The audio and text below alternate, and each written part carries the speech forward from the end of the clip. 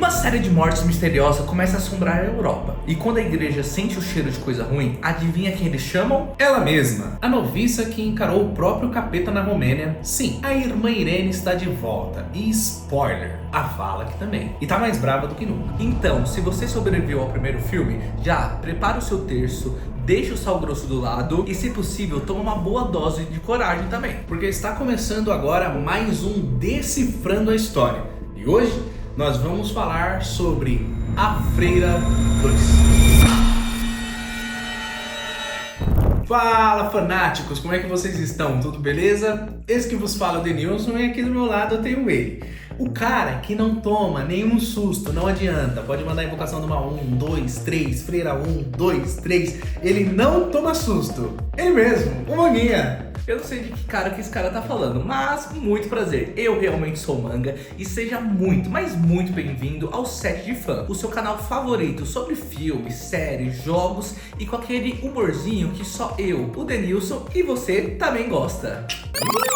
Calma. Antes de irmos pro vídeo, eu não posso esquecer isso daqui, pelo amor de Deus. Deixa o like aqui, se inscreve no Set de Fã, assim você não vai perder nada sobre esse conteúdo do mundo de filmes e séries, jogos e muito mais. E já ativa o sininho, porque assim você vai ficar por dentro de todos os vídeos que nós postarmos aqui no canal. Agora sim, falou, bora pro vídeo.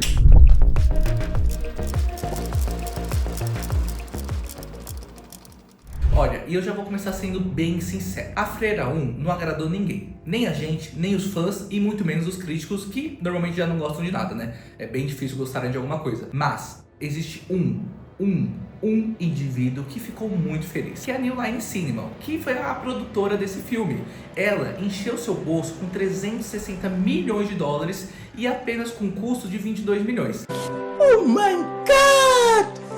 Uau! Então, tirando ela, mas ninguém gostou da Freira 1. E em Hollywood é assim, fez grana, fez sequência. E com a direção de Michael Chaves, o mesmo diretor de Invocação do Mal 3, A Ordem do Demônio e Maldição de Chorona, em setembro de 2023 nasceu A Freira 2. Uma continuação que ninguém pediu, mas todo mundo correu para os cinemas para assistir.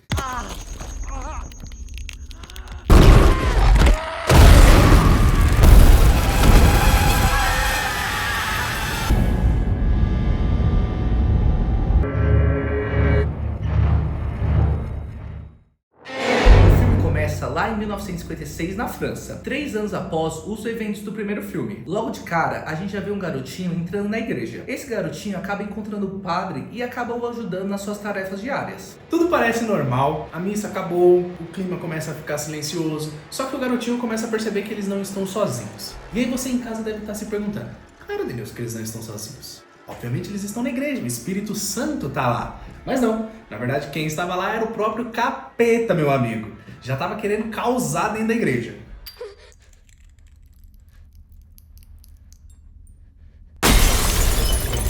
O padre então decide investigar para ver o que está acontecendo na igreja dele. Dele não, de Jesus. Exatamente. E na igreja de Jesus nenhum mal se sobressai. Então essa aí não é de Jesus não. É, essa aí tá meio estranha, né?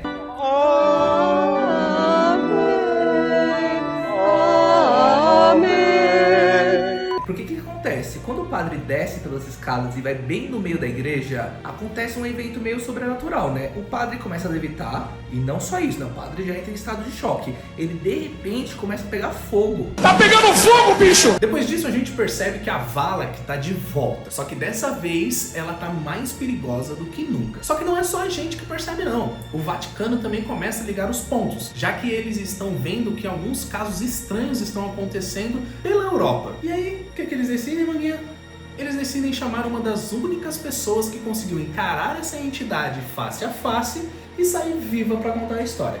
Sabe quem ela é? Eu! O Chapolin. Não contava. Sim, a irmã Irene, que tá vivendo a melhor fase da sua vida. Ela tá vivendo num convento super tranquila, olhando os passarinhos voando, desatolando umas carroças, né? Mas tirando isso, tá super tranquila. Até que o Vaticano acaba chamando ela para uma outra missão. E quando a irmã acaba chegando no Vaticano, ela acaba percebendo que os mafiosos querem meio que enfiar ela para outra missão meio louca. Você operou um milagre. A igreja precisa de outro.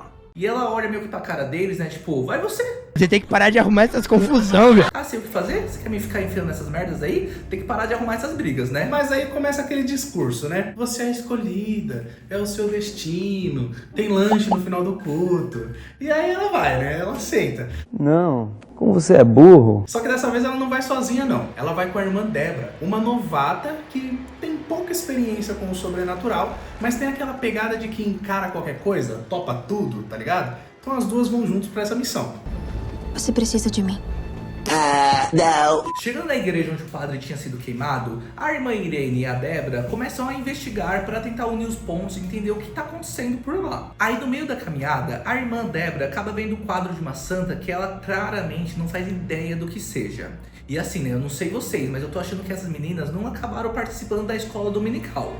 Você já se perguntou por que devemos frequentar a escola dominical? Não. Mas você sabe quem não faltou na escola dominical? Sim, a Irene. Porque ela já vê o quadro e manda direto pra Débora. Ela fala, essa é a Santa Luzia, padroeira dos cegos. Ela foi martirizada e tentaram queimar ela. Só que quando os pagãos tentaram queimar ela, ela não queimava. Então eles mataram ela de outra forma. Só que antes disso, arrancaram os olhos dela.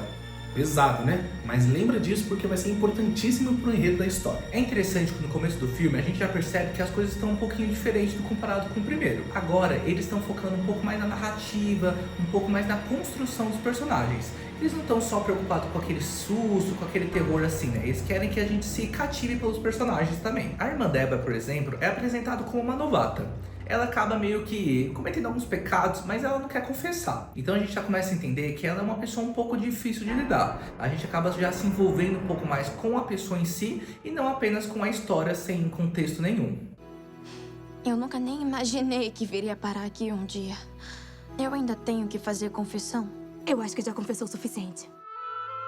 O francês que volta nesse filme continua com aquele jeitão dele, Mangueira. Aquele jeitão apaixonado. Então, canadense. Ah, é verdade, desculpa.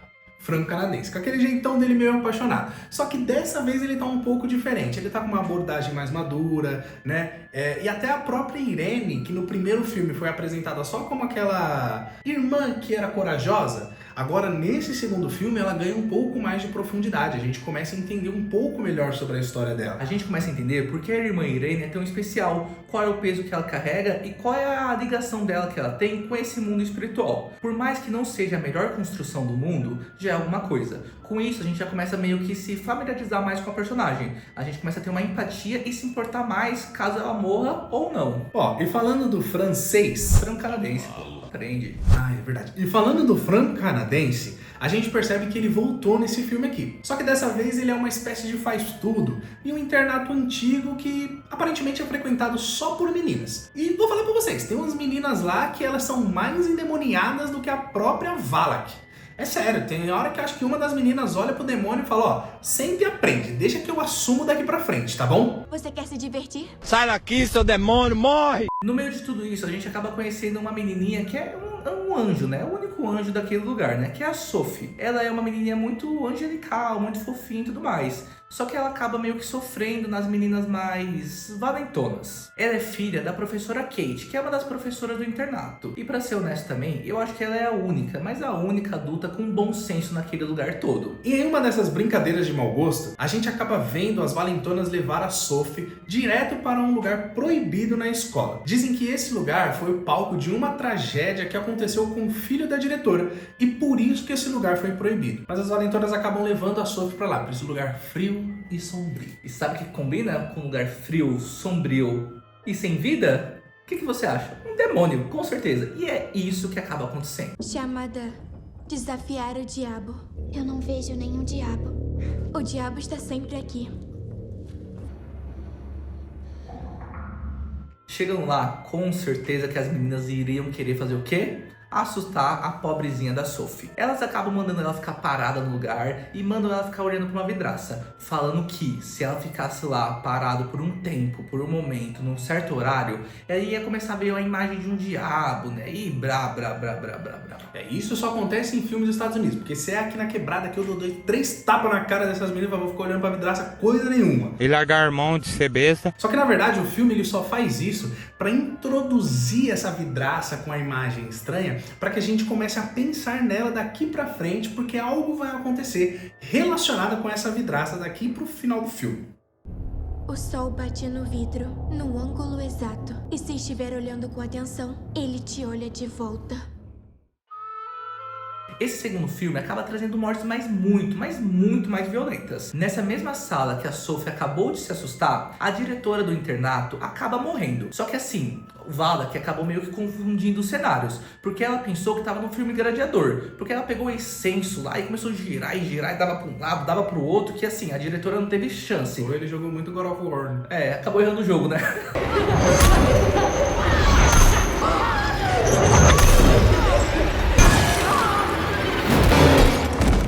Logo depois também a gente tem uma morte ainda mais brutal, que é de uma entregadora que, tipo, não faz nem sentido a morte dela, né? Ela só foi entregar e morreu por besteira. Meio que uma coadjuvante sem sentido nenhum no filme. A vida do CLT não tá fácil. E aí vem aquele pensamento que não dá pra ignorar, né? Tudo bem, no primeiro filme, a gente tava numa abadia, lá na Romênia, isolada, no meio do nada. Até dá pra relevar se acontecer alguma morte e ninguém ficar sabendo de nada. Só que aqui, a gente tá num internato no meio de uma cidade. Tipo assim, é criança gritando, gente sumindo, diretora morrendo. Cadê a polícia? Cadê os bombeiros? Não tem um guardinha municipal aparecendo com apito, fazendo barulho pra falar nada? Aí não dá, né? E enquanto o demônio tá pintando e bordando lá no internato, a Irene começa a ter alguns flashbacks da mãe dela. Que no começo do filme ela dizia que não se lembrava muito bem, mas agora parece que ela tá tendo algumas lembranças. E também ela tá tendo algumas visões lá daquele tempo em que a Santa Luzia teve seus olhos arrancados. É aquele tipo de lembrança que você não pede, mas o roteiro ele joga na sua cara, tá ligado? E a gente já consegue entender assim, né, que isso é claramente meio que uma junção do roteiro, né, para que pudesse ter uma continuação. Porque desde o começo do primeiro filme é nítido que a irmã não tem poder nenhum. Ela não é que nem a Lo do primeiro filme. O único poder que ela teve, meio que assim, foi que ela teve visões no passado sobre a Maria, que aponta pro lugar, e acabou. Só que agora o filme não. O filme meio que dá um poder pra ela também, que ela tem essas visões e tudo mais. Que claramente, né, como foi um sucesso de bilheteria, eles precisavam de uma continuação. A irmã Irene também foi muito bem aceita, porque uma das coisas boas do primeiro filme é ela, a atuação dela é muito boa, e eles tiveram que continuar com ela. Então meio que eles fizeram isso só pra dar um motivo da continuação com ela. E no meio dessa confusão toda, ela e a Débora acabam recebendo um rosário. E esse rosário era do padre que foi de arrasta logo no começo do filme. A dupla então começa a juntar as peças do quebra-cabeça. E com a ajuda de um bibliotecário da igreja, que é aquele famoso personagem que a gente só introduz no filme para explicar a Lauren, elas acabam descobrindo que aquele símbolo no rosário é um brasão de família. Família de quem? Família da Santa Luzia. Ela é a chave de todo esse filme. Segundo os escritos, a relíquia sagrada acabou ficando no monastério, que ao longo dos anos acabou se perdendo e acabou justamente virando esse internato que está se passando o filme todo. E eu não sei vocês, pra mim, o filme novamente erra nesse ponto. Porque assim, né, é uma relíquia sagrada, é uma coisa muito importante, é uma coisa que por muito tempo o Vaticano tinha noção e ele simplesmente meio que não se importou. E agora que a lambança começa a acontecer, eles vão lá e tentam resolver. Mas quando a Irene e a Débora chegam lá, o bicho já tá pegando. Porque a Valak deu as caras de vez usando o seu catalisador. E pasmem, quem é o catalisador? É justamente o francês. Franco-canadense. O franco-canadense. Só que aquele cara que tinha a carinha de apaixonado e tranquilo, aqui nesse momento tá totalmente possuído. E não tá possuído de amor. Tá possuído pela entidade maligna mesmo nesse momento.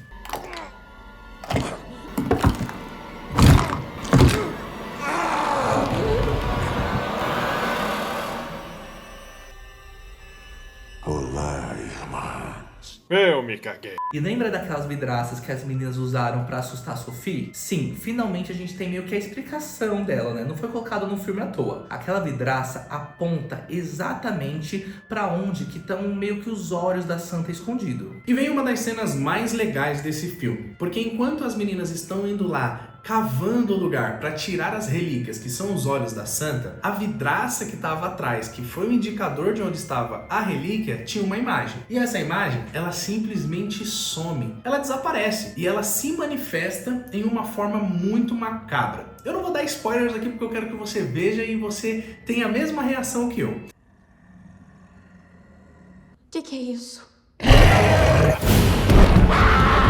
E quando o caos toma conta do internato, aí vem a grande virada. Por quê? Porque a gente descobre que a Irene também é descendente direta da Santa Luzia. E aí tudo se conecta. As visões, a sensibilidade espiritual, a coragem em comum, tudo vinha do sangue dela. Tudo vinha da descendência da Irene. Exatamente. Ela não foi escolhida pelo acaso. Ela é descendente direta da Santa Luzia. E com isso ela acaba tendo que meio que um poder a mais, assim, né? Ela tem a obrigação literária de enfrentar o mal. A batalha final acontece meio que numa adega, onde está cheio de barris de vinhos e esses barris meio que começam a transbordar. É isso aí. E com os barris transbordando, é que a Irene consegue consagrar todo aquele vinho, até porque ela descobriu que ela é descendente direta da santa, né? Então, com uma oração junto com a irmã Débora, ela consagra todos os barris de vinho, transformando eles simbolicamente no sangue de Jesus Cristo. E aí, com todo aquele sangue de Jesus, simbolicamente, elas conseguem vencer mais uma vez a Valak. Reze comigo. Esse é o cálice do meu sangue. O sangue da nova E eterna aliança. Amém.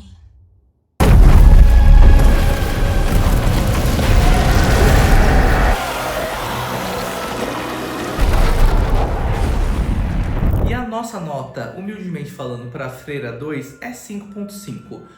Honestamente, o filme é um pouquinho melhor, o filme tem suas qualidades, tem seus pontos que foram melhor construídos, né? A irmã Débora, por exemplo, a irmã Irene acabou se aprofundando um pouco mais na história de uma maneira não muito ruim, vale ressaltar, de uma maneira bem interessante e bem legal de ser vista. Também o francês, né? Começou a mostrar um pouco mais dele, um pouco daquele lado romântico, mas também não foi nada que salvou o filme. Então por isso que a nossa nota final vai ser 5.5. É, 5.5, porque não tem como, né? O roteiro ainda é mais do mesmo. A gente descobre que tem uma entidade, elas descobrem uma relíquia e com essa relíquia elas acabam vencendo essa entidade. Mas depois de 2 filmes, você sabe o que a Valak quer?